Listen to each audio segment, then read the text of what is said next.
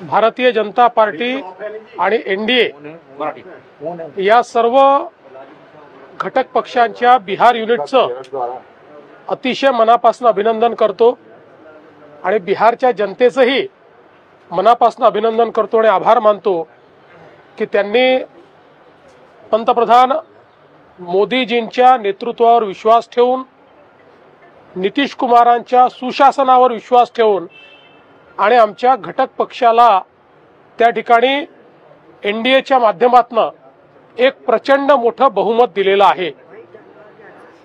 आता जे काही ट्रेंड्स दिसत आहेत त्याच्यामध्ये कदाचित 2010चा रेकॉर्ड तुटू शकेल अशा प्रकारचा विजय हा या ठिकाणी प्राप्त झालेला आहे। विशेषतः मोदीजींच्यावर जो काही बिहारचा विश्वास आहे, जे काही मोदीजींवर प्रेम आहे ते यातनं आपल्याला दिसून पडतं आहे आणि नितीश कुमारांची जी छवी आहे एक स्वच्छ आणि प्रशासक म्हणून त्यावरही एक शिक्कामोर्तब करण्यात आलेला आहे। चिराग पासवान असतील किंवा मांझीजी असतील, उपेंद्र कुशवाहा असतील, असं एक अतिशय चांगलं या ठिकाणी आमची युती होती आणि त्या युतीला चांगल्या प्रकारे लोकांनी प्रतिसाद दिला आहे। दुसरं महत्त्वाचं असं आहे की या विजयानंतर खऱ्या अर्थानं काँग्रेस पार्टी आणि राहुल गांधी यांनी देशामध्ये जो विषारी प्रचार चालवलेला आहे त्याला जनतेने उत्तर दिलेलं आहे। सातत्याने संवैधानिक संस्थांचा अपमान करणं, संवैधानिक संस्थांच्या माध्यमातून चालणाऱ्या कारभाराला विरोध करणं, जनतेच्या मॅन्डेटला विरोध करणं, कुठेतरी आता जनतेला हे लक्षात येत आहे की आम्ही ज्या सरकारला निवडून देतो हा त्या सरकारचा अपमान नाही आहे, आमच्या मताचा अपमान आहे। त्यामुळे जोपर्यंत राहुल गांधी अशा प्रकारे संवैधानिक संस्थांचा अपमान करतील तोपर्यंत काँग्रेसची हालत हीच होईल। आज आपण बघा, एकीकडे आरजेडीची तर हालत खराब झालीच आहे, पण काँग्रेसची हालत त्याहीपेक्षा खराब आहे। काँग्रेस एमआयएम पेक्षाही खाली गेली आहे आणि एकत्रित कम्युनिस्ट पक्षांच्या ज्या जागा आलेल्या आहेत त्याहीपेक्षा काँग्रेस खाली गेलेली आहे। मला असं वाटतं की काँग्रेसच्या बिहारच्या इतिहासातला सर्वात कमी स्कोर त्या ठिकाणी आलेला आहे।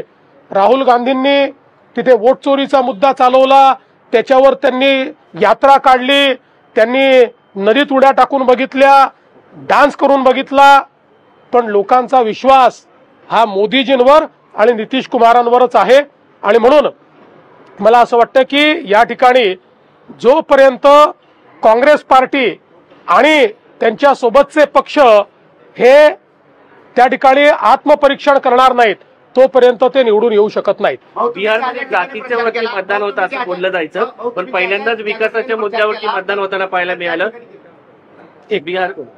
बिहारमध्ये जातीच्या वरती मतदान होतं असं बोललं जायचं, पण पहिल्यांदाच असं दिसलंय की विकासाचा मुद्दा, जातीचा मुद्दा मागे पडताना पाहायला मिळाला। मला असं वाटतं की सगळे मुद्दे बाजूला पडलेले आहेत आणि विकास आणि सुशासन हाच मुद्दा या निवडणुकीचा प्रमुख मुद्दा ठरलेला आहे।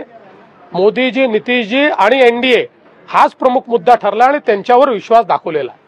तुम्ही ज्या ज्या ठिकाणी प्रचार केला तिथे पण जागा निवडून आलेल्या आहेत, जेव्हा प्रचार केला होता तेव्हा चित्र काय होतं, वाटलं होतं का एवढा निकाल? निश्चितपणे हे लक्षात येत होतं की खूप चांगल्या परिस्थितीमध्ये एनडीए आहे, कारण बिहारमध्ये मागच्या निवडणुकीत मी स्वतः प्रभारी होतो आणि त्यावेळेस काही प्रमाणात जी काही अँटी इन्कम्बन्सी दिसत होती ती यावेळी कुठेही दिसली नाही, उलट एक प्रो इन्कम्बन्सी दिसून पडत होती।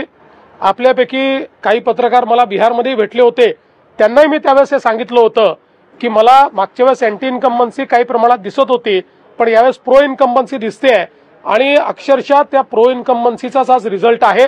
अर्थात आमच्यापैकी म्हणजे माझ्यासारख्या कार्यकर्त्याला हे वाटत होतं की 160च्या आपण पुढे जाऊ, पण त्याच्याही कितीतरी पुढे आम्ही गेलो आहोत। सर, ज्ञानेश कुमार म्हणतात, ज्ञानेश कुमार काँग्रेसचा आरोप आहे की ज्या पद्धतीने जे कमिशनर आहेत, मुख्य निवडणूक आयुक्त ज्ञानेश कुमारची ही रणनीती आहे, ज्ञानेश कुमारांचा विजय आहे, भाजपचा विजय। मी पुन्हा सांगतो, जोपर्यंत सत्य स्वीकारणार नाहीत तोपर्यंत यांचं पतनच होत राहील। हे इतके खोटारडे लोक आहेत यांना या मुद्द्यावर 3-3 वेळा कोर्टात गेले, हे कोर्टामध्ये हारले. त्यानंतर इलेक्शन कमिशनने चॅलेंज दिला काँग्रेसला, चॅलेंज की तुम्ही जे म्हणताय ते येऊन या ठिकाणी तुम्ही प्रूव्ह करून दाखवा. गेले देखील नाही, कारण त्यांनाही माहिती आहे की ते हवेत बोलतायत. हवेत बोलून तुम्ही एकदा कन्फ्युजन तयार करू शकता. लोकसभेच्या वेळी त्यांनी फेक नरेटिव्ह तयार केला, पण फेक नरेटिव्हवर प्रत्येक वेळी विजय मिळत नाही. फेक नरेटिव्ह जसा संपतो तसं लोकांना सत्य समजतं. काँग्रेसचा फेक नरेटिव्ह संपलाय हे जर त्यांना समजलं नाही तर बिहारपेक्षा वाईट स्थिती ही त्यांची भविष्यात होत राहील. नितीश कुमार हेच मुख्यमंत्री असं आहे की नितीश कुमारजींच्या नेतृत्वात ही निवडणूक झाली आहे. आता मुख्यमंत्री पदाच्या संदर्भात भारतीय जनता पार्टीचे आमचे शीर्षस्थ नेते मोदीजी असतील, नितीशजी असतील, हे सगळे मिळून निर्णय करतील. त्या संदर्भात बोलण्याचा अधिकार मला नाही.